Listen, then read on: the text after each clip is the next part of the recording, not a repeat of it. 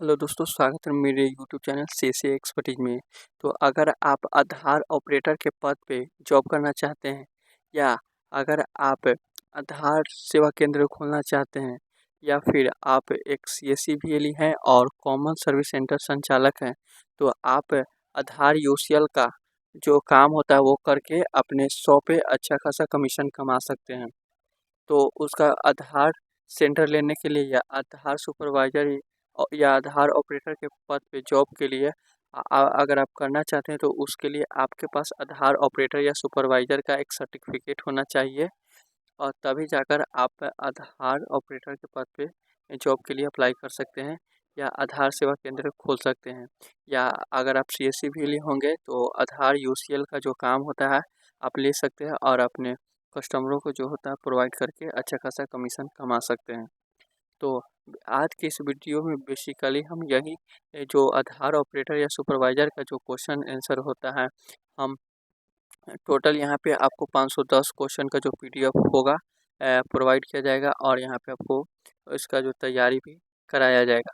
और जो इस कोई आधार सुपरवाइज़र या ऑपरेटर का जो क्वेश्चन आंसर का जो पीडीएफ होगा, ये जितने भी पीडीएफ होंगे जिन्हें क्वेश्चन टोटल इसमें 510 क्वेश्चन आंसर है और इसी में से एग्जाम में पूछा जाता है। तो अगर आप इस पीडीएफ को अच्छे से इसका जो आधार सुपरवाइज़र या ऑपरेटर का क्वेश्चन आंसर होता है इसको अच्छे तरह से आप पढ़ लेते हैं और याद कर लेते हैं तो आधार सुपरवाइज़र या ऑपरेटर का जो एग्ज़ाम होता है इजीली से आप पास कर जाएंगे।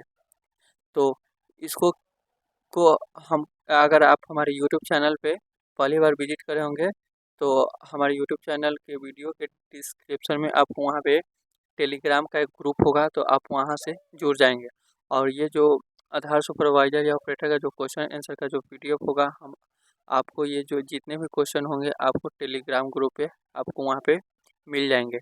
तो अगर आप हमारे टेलीग्राम पे नहीं जुड़े हुए होंगे तो आप वीडियो के डिस्क्रिप्शन में टेलीग्राम ग्रुप का लिंक होगा तो वहाँ से जाके आप लोग सबसे पहले जुड़ जाएंगे ताकि जो भी यहाँ पे अपडेट होगा आपको टेलीग्राम पे मिलता रहेगा और जो भी क्वेश्चन आंसर का जो पीडीएफ होगा आपको वहाँ पे मिल जाएगा। तो चलिए वीडियो को शुरू करने से आपसे एक छोटी सी रिक्वेस्ट है। अगर आप हमारे यूट्यूब चैनल पे पहली बार विजिट करे होंगे तो हमारे यूट्यूब चैनल सीएसए एक्सपर्टीज को लाइक एंड सब्सक्राइब कर देंगे और साथ ही साथ नोटिफिकेशन वाले बेल आइकन पे ऑल पे क्लिक कर देंगे ताकि जो भी वीडियो का नोटिफिकेशन होगा सबसे पहले आपको मिल जाएगा। तो चलिए वीडियो को शुरू करते हैं। तो वीडियो को शुरू करने के लिए यहाँ पे देख सकते हैं हम क्वेश्चन आंसर जो भी है यहाँ पे हम उसको ओपन कर लिए हैं। और उसके बाद अगर यहाँ पे इस तरफ अगर देखेंगे तो यहाँ पे अगर आप लोग देखेंगे तो यहाँ पे देख सकते हैं यहाँ पे चैप्टर का यहाँ पे जो भी चैप्टर है यहाँ पे चैप्टर वाइज यहाँ पे नाम दिया हुआ है। तो यहाँ पे आप लोग देख सकते हैं चैप्टर 1 में यहाँ पे है ये वाला, तो आप लोग देख सकते हैं। अब चैप्टर 1 में यहाँ पे अगर आप लोग देखेंगे तो यहाँ पे देख सकते हैं चैप्टर 1 में है इंट्रोडक्शन टू यूआईडीआई एंड आधार, ये चैप्टर 1 है। और उसके बाद चैप्टर 2 है और उसके बाद यहाँ पे चैप्टर 3 है। यानी कि जितने भी चैप्टर होगा यहाँ पे 1 बाय 1 आपको यहाँ पे शो होगा। और उसके बाद अगर आप इस तरफ थोड़ा सा यहाँ पे देखेंगे तो यहाँ पे अगर आप लोग देखेंगे तो यहाँ पे आपको दोनों में इंग्लिश और हिंदी दोनों में यहाँ पे आपको क्वेश्चन आंसर का जो पीडीएफ है प्रोवाइड हो जाएंगे। तो अगर आप पीडीएफ को फ्री में अगर आप चाहते हैं तो हमारे टेलीग्राम ग्रुप में आप जुड़ जाएंगे। जो वीडियो के डिस्क्रिप्शन में आपको वहाँ पे टेलीग्राम ग्रुप का लिंक होगा, वहाँ से क्लिक करके आप जुड़ जाएंगे। यानी कि जितने भी एग्ज़ाम होता है जैसे कि T C tech exam, IIBF का जो एग्ज़ाम होगा उसका क्वेश्चन आंसर का जो पीडीएफ है आपको टेलीग्राम ग्रुप में मिल जाएंगे। अगर नहीं आपको मिलते हैं तो आप मैसेज करेंगे, हम आपको प्रोवाइड कर देंगे। तो चलिए वीडियो को शुरू करते हैं। तो चलिए यहाँ पे हम सबसे पहले यहाँ पे प्रश्न यहाँ पे आप लोग देख सकते हैं, यह पाठ है। और उसके बाद यहाँ पे जो भी यहाँ पे देख सकते हैं यहाँ पे इंग्लिश में विकल्प यानी कि ऑप्शन यहाँ पे हिंदी और इंग्लिश में ऑप्शन दिए हुए हैं। और उसके बाद और सारा जो होता है इसमें क्वेश्चन आंसर सभी यहाँ पे आपको ए टू जेड मिल जाएंगे। अब उसके बाद यहाँ पे अगर क्वेश्चन यहाँ पे देखेंगे प्रश्न या पाठ में तो यहाँ पे देख सकते हैं क्वेश्चन नंबर जो है यहाँ पे 1 है जो फर्स्ट है। तो क्वेश्चन यहाँ फर्स्ट कह रहा है सबसे पहले, यानी कि आधार अधिनियम 2016 को पारित करके निम्नलिखित में से किसने यूआईडीआई की स्थापना की थी। क्वेश्चन को हम 2 बार रिपीट करेंगे और उसके बाद डायरेक्ट आंसर जो होता है हम आपको बताएंगे। तो चलिए यहाँ पे क्वेश्चन को फिर से पढ़ लेते हैं। तो यहाँ पे क्वेश्चन फर्स्ट में कह रहा है, आधार अधिनियम 2016 को पारित करके निम्नलिखित में से किसने यूआईडीआई की स्थापना की थी। तो यहाँ पे इसका जो आंसर हो जाएगा यहाँ पे ऑप्शन यहाँ पे 2 हो जाएगा, यानी कि गवर्नमेंट ऑफ इंडिया, यानी कि भारत सरकार। ये इंग्लिश में यहाँ पे आंसर दिए हुए हैं और यहाँ पे हिंदी में आंसर दिए हुए। तो अगर आप इंग्लिश में भी करना चाहते हैं या तो इंग्लिश में भी कर सकते हो और हिंदी में चाहते हैं तो हिंदी में भी कर सकते हैं। तो इस वीडियो में आपको 2 लैंग्वेज में यहाँ पे आपको मिल जाएंगे। तो यहाँ पे इसका जो आंसर हो जाएगा यहाँ पे और यहाँ पे विकल्प 2 हो जाएगा, यानी कि भारत सरकार जो होता है आधार अधिनियम 2016 को पारित करके आधार यूडीआई की स्थापना की थी, इसलिए इसका आंसर भारत सरकार हो जाएगा। अब क्वेश्चन नंबर 2 में अगर देखेंगे तो यूआईडीआई इलेक्ट्रॉनिक और सूचना प्रौद्योगिकी मंत्रालय के तहत वैधानिक प्राधिकरण के रूप में कब स्थापित किया गया था। क्वेश्चन को फिर हम एक बार रिपीट करेंगे। यूआईडीआई इलेक्ट्रॉनिक और सूचना प्रौद्योगिकी मंत्रालय के तहत वैधानिक प्राधिकरण के रूप में कब स्थापित किया गया था। तो क्वेश्चन ये हो गया और इसका जो आंसर हो जाएगा यहाँ पे ऑप्शन यहाँ पे 4 हो जाएगा, यानी कि यहाँ पे 12 जुलाई 2016 को ये वाला आंसर हो जाएगा। तो आप लोग डायरेक्ट यहाँ पे आंसर याद करेंगे, बाकी जो ऑप्शन होता है उसको छोड़ देंगे। अगर आप इस तरह से याद करेंगे तो आराम से यहाँ पे आपको याद हो जाएंगे। अगर आप अगर ऑप्शन याद करने के क्रम में तो वहाँ पे आपको कन्फ्यूजन क्रिएट होगा, इसलिए आप डायरेक्ट जो आंसर होता है उसको याद करेंगे, क्वेश्चन और आंसर को यहाँ पे याद करेंगे। अब उसके बाद ऑप्शन यहाँ पे 3 में अगर आप लोग देखेंगे क्वेश्चन नंबर 3 में, तो यहाँ पे कह रहा है यूआईडीआई जारी करने के लिए कौन सा संगठन जिम्मेदार है। क्वेश्चन है यहाँ पे यूआईडीआई जारी करने के लिए कौन सा संगठन जो होता है जिम्मेदार है। तो यहाँ पे इसका जो आंसर हो जाएगा यहाँ पे यूआईडीएआई ये जिम्मेदार है, यानी कि यूआईडीआई जारी करने के लिए यूआईडीआई ही जिम्मेदार होता है। इसका आंसर यहाँ पे 4 हो जाएगा, विकल्प 4। अब उसके बाद नेक्स्ट अगर क्वेश्चन देखेंगे तो यहाँ पे नेक्स्ट क्वेश्चन है यूआईडीएआई क्यों बनाया गया था, यानी कि यूआईडीएआई क्यों बनाया गया था। तो इसका जो आंसर हो जाएगा यहाँ पे ऑप्शन यहाँ पे विकल्प 4 हो जाएगा। यहाँ विकल्प में 4 में देखेंगे तो यहाँ पे कह रहा है 1 तथा 2 दोनों सही है, यानी कि विकल्प 1 ये वाला भी सही है और उसके बाद विकल्प यहाँ पे 2 यानी कि ये वाला भी सही है। अब यहाँ पे देख सकते हैं कह रहा है डुप्लीकेट और नकली पहचान को खत्म करने के लिए मजबूत तकनीक प्रदान करने के लिए और ऐसी पहचान प्रदान करना जिसे एक आसान लागत प्रभावित तरीके से सत्यापित और प्रमाणित किया जा सकता है। इसलिए जो इसका आंसर हो जाएगा यहाँ पे विकल्प यहाँ पे 4 हो जाएगा, यानी कि ये और ये वाला जो आंसर है दोनों यहाँ पे सही है, इसलिए इसका आंसर यहाँ पे ये हो जाएगा। अब उसके बाद नेक्स्ट अगर क्वेश्चन देखेंगे तो यहाँ पे नेक्स्ट क्वेश्चन है, यहाँ पे देख सकते हैं कह रहा है यहाँ पे आधार नामांकन या अद्यतन विनिमय 2016 सरकार राजपत्र में कब प्रकाशित हुआ था। क्वेश्चन कह रहा है आधार नामांकन या अद्यतन विनिमय 2016 सरकारी राजपत्र में कब प्रकाशित हुआ था। तो इसका जो आंसर हो जाएगा यहाँ पे ऑप्शन यहाँ पे विकल्प 4, ऑप्शन 4 ये वाला और ये वाला, यानी कि ये हिंदी में दिया हुआ है यहाँ इंग्लिश में। तो ये हो जाएगा 12 सितंबर 2017 को ये वाला आंसर हो जाएगा। अब क्वेश्चन नंबर नेक्स्ट देखेंगे तो क्वेश्चन नंबर नेक्स्ट यहाँ पे आप लोग देख सकते हैं, यहाँ पे है आधार नामांकन या अद्यतन प्रक्रिया से आपका क्या मतलब है। तो इसका जो आंसर हो जाएगा यहाँ पे क्वेश्चन फिर से पढ़ेंगे, यहाँ पे देख सकते हैं आधार नामांकन या अद्यतन प्रक्रिया से आपका क्या मतलब है, यानी इसका जो आंसर हो जाएगा यहाँ पे ए हो जाएगा ये वाला। यहाँ पे कह रहा है आधार अधिनियम के तहत ऐसे व्यक्तियों को आधार संख्या जारी करने के उद्देश्य से नामांकन एजेंसियों द्वारा व्यक्तियों से जनसांख्यिकीय और बायोमेट्रिक जानकारी एकत्र करने की प्रक्रिया को, यहाँ पे इसका आंसर जो हो जाएगा ये वाला हो जाएगा। अब उसके बाद अगर नेक्स्ट अगर क्वेश्चन देखेंगे तो ये वाला है, तो नेक्स्ट क्वेश्चन यहाँ पे है ये वाला। अब कह रहा है आधार सृजन के लिए जनसांख्यिकीय और बायोमेट्रिक दोनों हेतु निवासी के डेटा को कैप्चर करने की प्रक्रिया क्या कहलाता है। अब उसके बाद तो इसका जो आंसर हो जाएगा यहाँ पे ये वाला ऑप्शन 2 हो जाएगा, यानी कि विकल्प 2 नामांकन के लिए। तो इसका जो आंसर हो जाएगा यहाँ पे ये वाला हो जाएगा। अब उसके बाद यहाँ पे क्वेश्चन अगर आप लोग देखेंगे तो देख सकते हैं ये वाला क्वेश्चन, नेक्स्ट क्वेश्चन ये वाला है। तो नेक्स्ट क्वेश्चन यहाँ पे है, खाली स्थान है नामांकन एजेंसी के द्वारा व्यक्तियों को नामांकित करने के उद्देश्य से प्राधिकरण द्वारा प्राधिकृत या मान्यता प्राप्त कोई संस्था है। तो यहाँ पे इसका जो आंसर हो जाएगा यहाँ पे ऑप्शन यहाँ पे विकल्प यानी कि 4 हो जाएगा, यानी कि रजिस्ट्रार। अब क्वेश्चन को मैं फिर से देखेंगे, खाली स्थान नामांकन एजेंसी के द्वारा व्यक्तियों को नामांकित करने के उद्देश्य से प्राधिकरण द्वारा प्राधिकृत या मान्यता प्राप्त कोई संस्थान है तो वो है रजिस्ट्रार। तो इसका आंसर हो जाएगा यहाँ पे 4।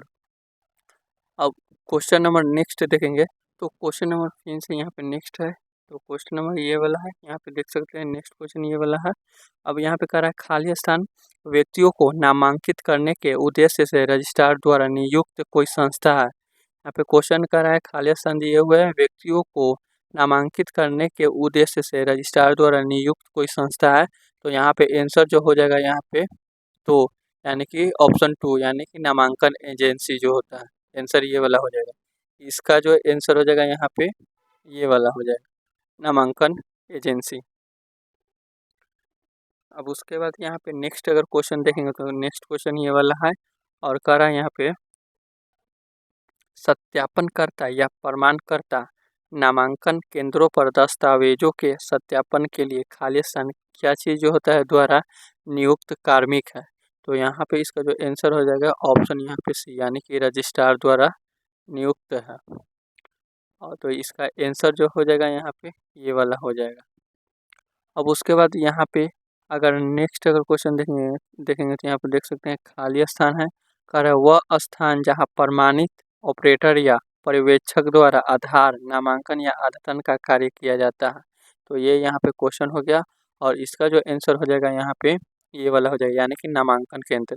इसका जो यहाँ पे आंसर हो जाएगा यहाँ पे ये वाला हो जाएगा, नामांकन केंद्र। अब उसके बाद क्वेश्चन नंबर नेक्स्ट अगर देखेंगे तो क्वेश्चन वाला नेक्स्ट ये है। अब यहाँ पे कह रहा है खाली स्थान नामांकन केंद्रों पर नामांकन या अद्यतन की प्रक्रिया निष्पादित करने के लिए नामांकन एजेंसी द्वारा नियोजित एक प्रमाणित कर्मचारी है। यानी कि ये क्वेश्चन है और इसका जो आंसर हो जाएगा यहाँ पे 2 हो जाएगा, यानी कि नामांकन जो पर्यवेक्षक होता है ये इसका जो होता है इस क्वेश्चन का यहाँ पे ये वाला आंसर हो जाएगा। अब उसके बाद क्वेश्चन नंबर अगर नेक्स्ट देखेंगे तो ये वाला है यहाँ पे नेक्स्ट। अब यहाँ पे देख सकते हैं कह रहा है निम्नलिखित में से कौन सुनिश्चित करता है कि केवल प्रशिक्षित और प्रमाणित व्यक्ति नामांकन या अद्यतन प्रक्रिया का संचालन करते हैं। क्वेश्चन कर रहा है निम्नलिखित में से कौन सुनिश्चित करता है कि केवल प्रशिक्षित और प्रमाणित व्यक्ति नामांकन अद्यतन प्रक्रिया का यहाँ पे संचालन करते हैं। तो इसका आंसर हो जाएगा यहाँ पे ऑप्शन 4 यानी कि 4 नामांकन एजेंसी के द्वारा। अब उसके बाद क्वेश्चन नंबर अगर नेक्स्ट देखेंगे तो क्वेश्चन नंबर नेक्स्ट यहाँ पे ये वाला है, यहाँ पे देख सकते हैं। अब कह रहा है खाली स्थान ऑपरेटर या पर्यवेक्षक की भूमिका के लिए प्रमाण पत्र या परीक्षा आयोजित करने के लिए जिम्मेदार है। तो इसका आंसर जो हो जाएगा यहाँ पे ऑप्शन नंबर 3 यानी कि 3 हो जाएगा, परीक्षण और प्रमाणन एजेंसियाँ। इस क्वेश्चन का जो आंसर हो जाएगा ये वाला यहाँ पे हो जाएगा। अब उसके बाद क्वेश्चन नंबर यहाँ पे नेक्स्ट फिर से देखेंगे ये वाला है और यहाँ पे कह रहा है खाली स्थान एक व्यक्ति है जो रजिस्ट्रार और प्राधिकरण के साथ पंजीकृत है, जो किसी ऐसे व्यक्ति की पहचान की पुष्टि करता है जिसके पास कोई वैध POI और POA नहीं है। तो इसका जो ऑप्शन 2 जो होगा यहाँ पे आंसर सही हो जाएगा, यानी कि परिचयकर्ता। ऑप्शन ए ये वाला है और इसका जो परिचय यानी कि ऑप्शन 2 ये वाला सही हो जाएगा, ऑप्शन 2। अब उसके बाद यहाँ पे देख सकते हैं खाली स्थान एक व्यक्ति है जो रजिस्ट्रार और प्राधिकरण के साथ पंजीकृत है, जो किसी ऐसे व्यक्ति की पहचान की पुष्टि करता है जिसके पास कोई वैध POI और POA नहीं है। तो इसका जो ऑप्शन यहाँ पे सेम ही क्वेश्चन यहाँ पे डाल दिया है, तो मिस्टेक हो गया होगा, तो इसलिए भी इसका भी आंसर परिचय करता हो जाए, यानी कि दोनों जो होता है क्वेश्चन सेम है, तो इसलिए इसका आंसर जो होता है यहाँ पे परिचय करता हो जाएगा, सेम ही आंसर होगा। अब क्वेश्चन नंबर नेक्स्ट अगर देखेंगे तो क्वेश्चन नंबर यहाँ पे नेक्स्ट ये वाला है, आप लोग देख सकते हैं क्वेश्चन नंबर नेक्स्ट ये वाला है। अब उसके बाद यहाँ पे देखेंगे तो कह रहा है यहाँ पे आधार नामांकन या अपडेट कौन कर सकता है। यहाँ पे कह रहा है आधार नामांकन या अपडेट कौन कर सकता है, तो इसका जो आंसर होता है यहाँ पे विकल्प 2 हो जाएगा, यानी कि ऑपरेटर। अब ऑपरेटर होता है जो बैंकों में यहाँ पे काम करता है, जो आधार कार्ड अपडेट या सुधारने का काम करता है, इसलिए ऑपरेटर हो जाएगा यहाँ पे आंसर ऑप्शन 2। अब उसके बाद यानी कि इस क्वेश्चन का जो आंसर हो जाएगा यहाँ पे ये वाला हो जाएगा। अगर फिर से नेक्स्ट अगर क्वेश्चन देखेंगे तो यहाँ पर देख सकते हैं नामांकन पहचान संख्या EID नामांकन के समय निवासियों को आवंटित एक खाली अंक संख्या है, तो यहाँ पे जो इसका आंसर हो जाएगा यहाँ पे देख सकते हैं 4 हो जाएगा, यानी कि 28 इसका आंसर हो जाएगा। यानी इस क्वेश्चन का जो आंसर हो जाएगा यहाँ पे ये वाला हो जाएगा, यहाँ पे देख सकते हैं ये वाला हो जाएगा, यानी कि 28। क्वेश्चन का रहा नामांकन पहचान संख्या यानी कि EID नामांकन के समय निवासियों को आवंटित एक अंक संख्या है जो 28 नंबर का होता है। अब यहाँ पे नेक्स्ट अगर क्वेश्चन देखेंगे तो यहाँ पे क्वेश्चन कर रहा है निवासी एक व्यक्ति है जो आधार नामांकन या अद्यतन के लिए यहाँ पे आवेदन की तारीख से पहले 12 महीनों में खाली स्थान या क्या दिन है या उससे अधिक की अवधि से भारत में रह रहा हो, तो इसका जो आंसर हो जाएगा यहाँ पे ऑप्शन यहाँ पे 4 हो जाएगा, यानी कि 182 दिन यहाँ पे इसका आंसर हो जाएगा। यानी कि इस क्वेश्चन का जो आंसर हो जाएगा यहाँ पे ये वाला हो जाएगा। अब उसके बाद यहाँ पे क्वेश्चन नंबर नेक्स्ट देखेंगे तो क्वेश्चन नंबर नेक्स्ट ये वाला है, यहाँ पे देख सकते हैं क्वेश्चन नंबर नेक्स्ट ये वाला है। अब क्वेश्चन यहाँ पे कर रहा है निवासी अपनी आधार संबंधी शिकायतों या समस्याओं के लिए निम्नलिखित में से किन नंबरों पर संपर्क कर सकते हैं। यहाँ पे कह रहा है क्वेश्चन निवासी अपनी आधार संबंधित शिकायतों या समस्याओं के लिए निम्नलिखित में से किन नंबरों पर संपर्क कर सकते हैं, तो इसका जो आंसर हो जाएगा यहाँ पे 1947, यानी कि ऑप्शन ए इसका सही हो जाएगा। यहाँ पे जो UIDAI का जो कस्टमर केयर का नंबर होता है, यानी कि जो कोई भी समस्या होगा उसके लिए 1947 पे कॉल करना पड़ता है, तभी जाकर समस्या को सॉल्व किया जाता है। यानी कि इसका जो आंसर हो जाएगा यहाँ पे ऑप्शन 1 हो जाएगा, यानी कि विकल्प 1। फिर उसके बाद नेक्स्ट अगर क्वेश्चन देखेंगे तो यहाँ पे देख सकते हैं आधार विशिष्ट है क्योंकि, यहाँ पे क्वेश्चन है आधार विशिष्ट है क्योंकि किस लिए जो होता है विशिष्ट है, तो इसका आंसर हो जाएगा यहाँ पे ए, यहाँ पे ये वाला आंसर हो जाएगा, यानी कि ये इस क्वेश्चन का आंसर ये वाला हो जाएगा। 2 निवासियों के पास एक जैसी आधार संख्या नहीं होनी चाहिए, यहाँ पे आंसर ए हो जाएगा सही। अब नेक्स्ट अगर क्वेश्चन देखेंगे तो यहाँ पे देख सकते हैं कह रहा है निम्नलिखित में से कौन सा नामांकन सेटअप का घटक नहीं है, यहाँ पे क्वेश्चन ये वाला है और यहाँ पे ऑप्शन दिए हुए हैं। तो क्वेश्चन कह रहा है निम्नलिखित में से कौन सा नामांकन सेटअप का घटक नहीं है, तो सबसे पहले यहाँ पे इसका जो आंसर हो जाएगा यहाँ पे सी हो जाएगा, यहाँ पे बम डिटेक्टर। यानी कि यहाँ पे कह रहा है नामांकन करने के लिए कौन कौन से ये जो डिवाइस दिए हुए हैं वहाँ पे आपको ज़रूरी पड़ता है, तो कंप्यूटर का ज़रूरी पड़ता है और उसके बाद यहाँ पे बायोमेट्रिक डिवाइस की भी ज़रूरत पड़ता है और उसके बाद यहाँ पे आइरिस स्कैनर की भी ज़रूरत पड़ता है, और लेकिन बम डिटेक्टर का यहाँ पे कोई ज़रूरत यहाँ पे नहीं पड़ता है, तो इसलिए जो इसका आंसर हो जाएगा यहाँ पे ऑप्शन, लेकिन यहाँ पे इसका जो आंसर हो जाएगा यहाँ पे, अब यहाँ पे देख सकते कह रहा है निम्नलिखित में से कौन सा नामांकन सेटअप का घटक नहीं है, तो इसलिए इसका आंसर हो जाएगा यहाँ पे बम डिटेक्टर। यानी कि इसका बम डिटेक्टर का यूज नहीं किया जाता है, इसलिए इसका आंसर हो जाएगा बम डिटेक्टर।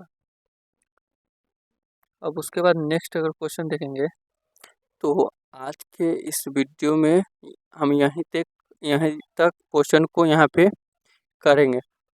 ये जो वीडियो था डे 1 का है और इसको बाकी जो नेक्स्ट अगर क्वेश्चन होगा तो वो नेक्स्ट यानी कि डे 2 में आएगा, क्योंकि यहाँ पे अगर सारा क्वेश्चन को कवर किया जाएगा इस वीडियो में तो यहाँ पे वीडियो जो होता है लॉन्ग हो जाएगा, इसलिए जो नेक्स्ट क्वेश्चन होगा डे 2 में आएगा और उसके बाद फिर डे 3 में आएगा, उसके बाद डे 4, डे 5, डे 6 ऐसे करके जो भी यहाँ पे क्वेश्चन आंसर होगा। यहाँ पे 510 क्वेश्चन का PDF है, तो इसको अगर आप अच्छे से पढ़ लेते हैं तो इजीली आप आधार ऑपरेटर या सुपरवाइज़र का जो एग्ज़ाम होता है इजीली निकाल सकते हैं। अगर आधार ऑपरेटर अगर के जॉब के पद पे काम करना चाहते हैं तो आपको वहाँ पे जॉब भी, अगर आपके पास आधार सुपरवाइज़र या ऑपरेटर का सर्टिफिकेट उसके लिए भी होना चाहिए।